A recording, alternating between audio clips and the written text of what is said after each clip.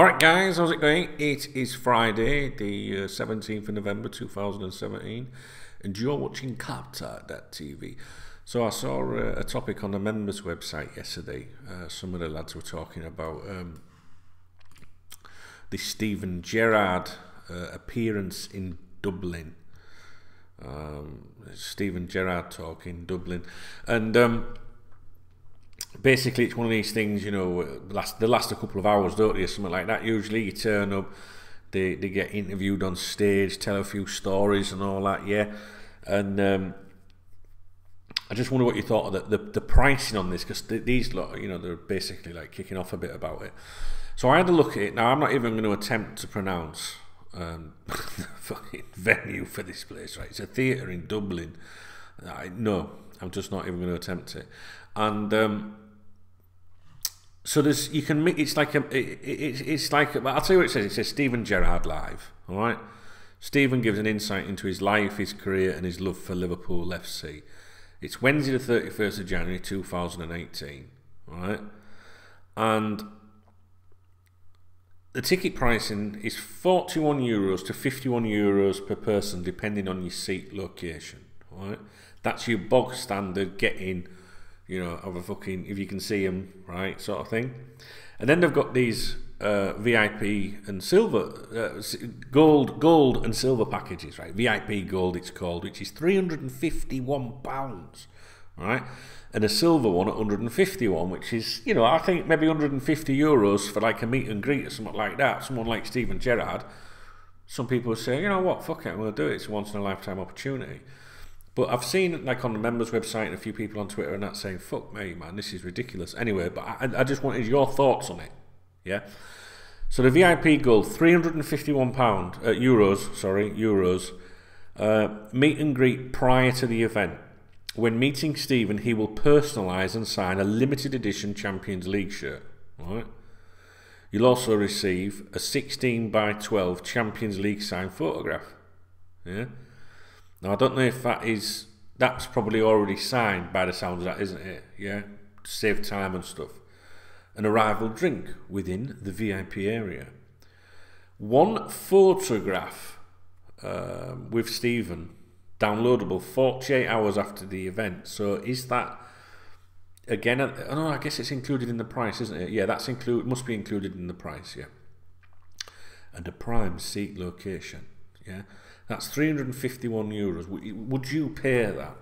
Would you pay that? The silver package is, forget everything I've just said to you, because this is different. This is silver, €151.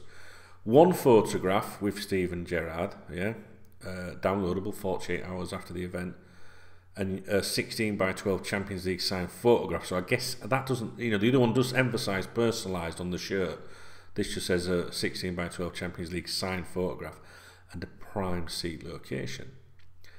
So the one photograph thing sounds like they're gonna have you in a line moving along, so thank you, next, thank you, next, and he's not gonna sign any shit for you for that.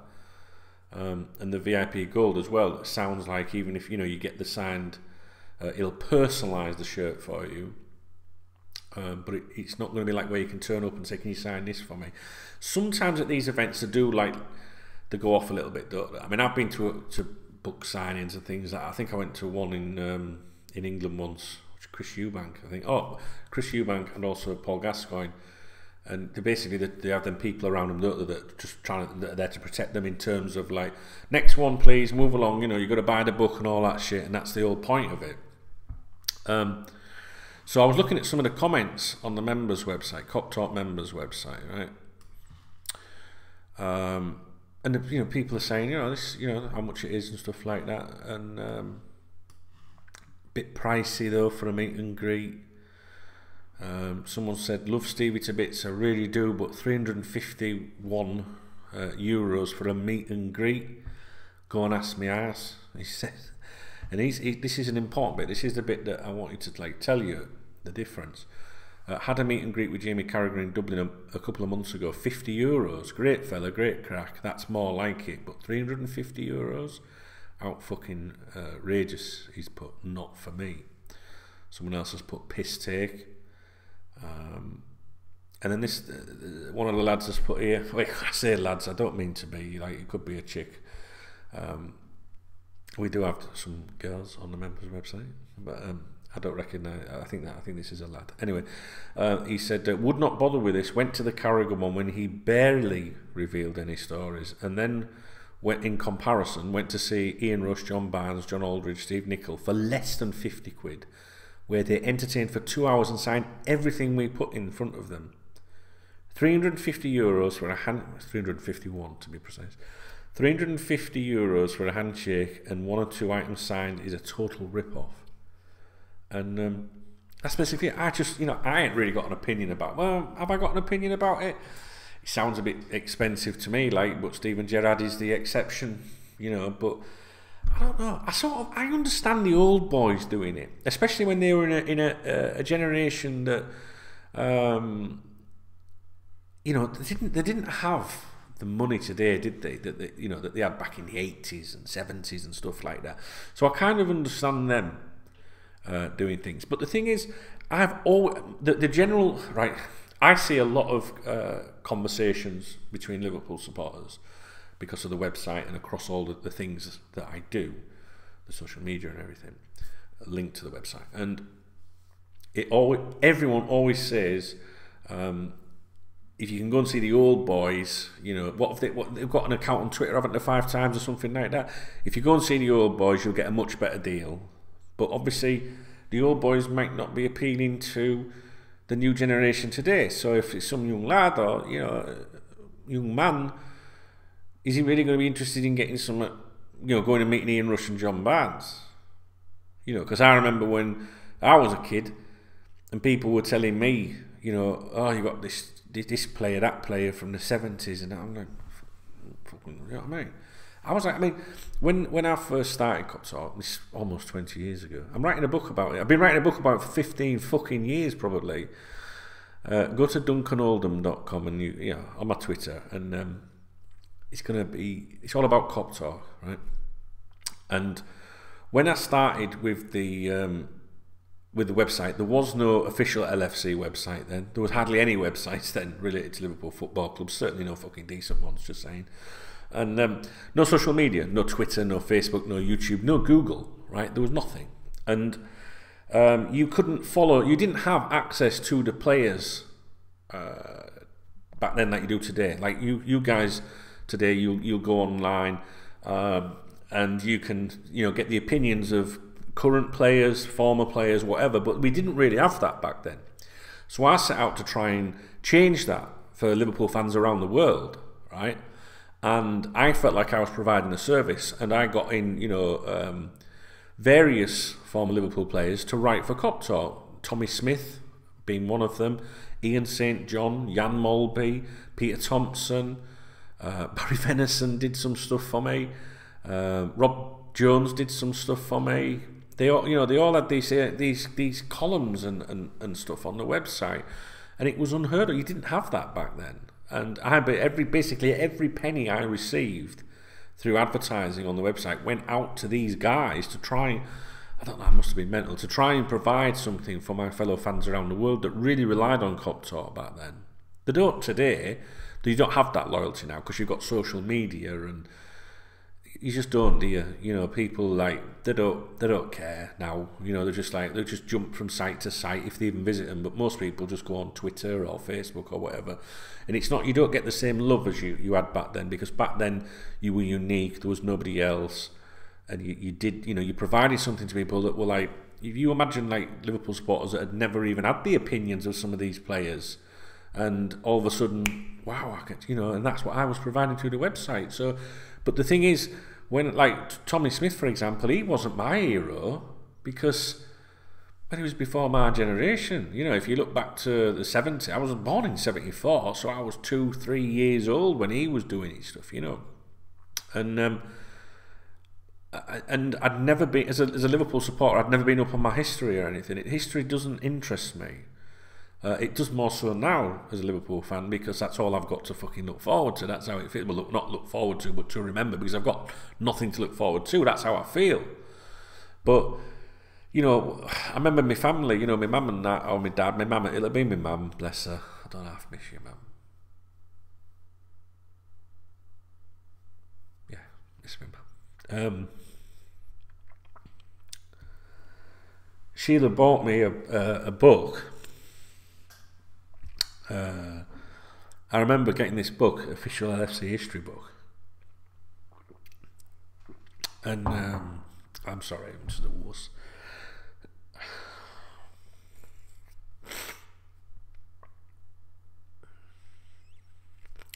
Must be on my period. My period must be due, so I'm a bit emo.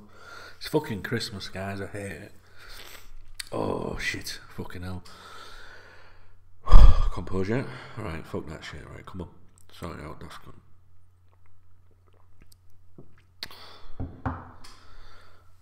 Oh, right, so I had this history book about Liverpool Football Club. It was a big book like that. Fuck off, right? And it did, you know, it was everything. It was it was the history of Liverpool Football Club, but it didn't interest me. It didn't. I didn't care about what Liverpool did in the 50s and 60s and that. Maybe as you get older and turn into your dad, you start to become bothered about history and that, and documentaries about any fucking thing. I mean, today I put some stuff on these days, and I think, fucking hell, I remember my dad putting shit on like this, and I'm watching documentaries about how to build fucking bridges. Mate, as you get older, it's like, oh, it's quite interesting, that. When you're 16, 15, 14, yeah, bridge, you fuck off, will you, silly cunt, you know. So, yeah, I had this book about the history of Liverpool Football Club, and it just didn't bother me. So, but you know, when Tommy Smith started contributing, then I obviously started understanding more about history and what a legend he was, you know. Yeah, that's it. So, and Steven Gerrard is that legend. Steven Gerrard is that Tommy Smith today, isn't he? So, you know, fortunately, you guys, you know, he's only just sewn up his boots, so he's going to be relevant to a lot of people for a long time. And, you know, at these events where you can go and meet your idols, your heroes, and that, they're good if you've got the real opportunity to do it. This to me sounds like you won't get that opportunity. You'll be able to say to people, yeah, meet and greet, but I met Steven Gerrard for like 15 seconds, like on a conveyor belt, and I don't think that's a good thing. But I understand why people would do it. I do understand it. Have you got any experiences of such? You know, any feedback? You know, if you've been to these things, please do comment in the video section. The comment section, sorry, below the video, so that other people can say, you know, is it worth it? It's very, very difficult to meet players, you know, unless you know what you're doing. And I've met players on social events, corporate events, social events where they've been out with friends and family, because I used to go to them sort of places. And it's probably one of the worst things ever, is getting to know them. You always say never meet your heroes, because you can be left very disappointed. But I guess it's an age thing as well. It depends on how old you are, you know, as to how bothered you are about that stuff. I wouldn't pay that. I wouldn't pay that. And I'd have no problem paying that if I wanted to meet someone. Nah. It's not for me, that, like, but it might be for you.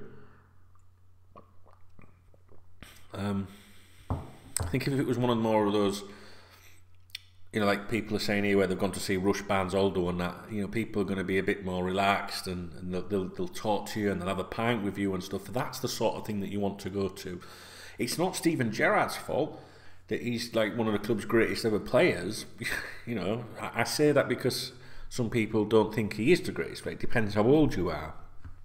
You know, it's not his fault that there would be, you know, people would want to talk to him all night. It's just impossible for him to do that. I get that. But I also would like to know what you think about some of the people, you know, saying it's a bit out of order, you know, 351 fucking euros. You know, whether the money's going to him or it's done through the promotion company and he's getting a cut, you know. I don't know. Can Steven win can he win? Because in one way it's like, yeah, that'd be nice. I can go, you know, the fans can meet me and that. Because it's not, it can't be about money, can it? So a lot of questions, a lot of things for you to throw at me, guys. All right, but like I said, anyway, if you fancy it, just Google fucking Steven Gerrard Dublin. That's what I'd put. It's on Ticketmaster.ie here. This says January 31st, Wednesday. I don't know what that one was. I don't know if, yeah, that says the same date. I thought there was a few. I'm not sure. You got to be 14 and above to go to it. Tickets go on sale this Friday, November 17th. It says here on this article on Dublin Live. Stephen said, "I'm really looking forward to seeing everyone in Dublin. Our first event was fantastic, and hopefully the fans in Dublin will love it just as much." Wow, I'm such a gay. Oh, I've got to stop being so emo. It's hard, guys. It's hard. It's hard when you lose your man. It is. Anyway, right. I'm off. None of that shit. Just fucking sort it out. This fucking camera will be picking up everything, won't it? Right, I'll speak to you in a bit.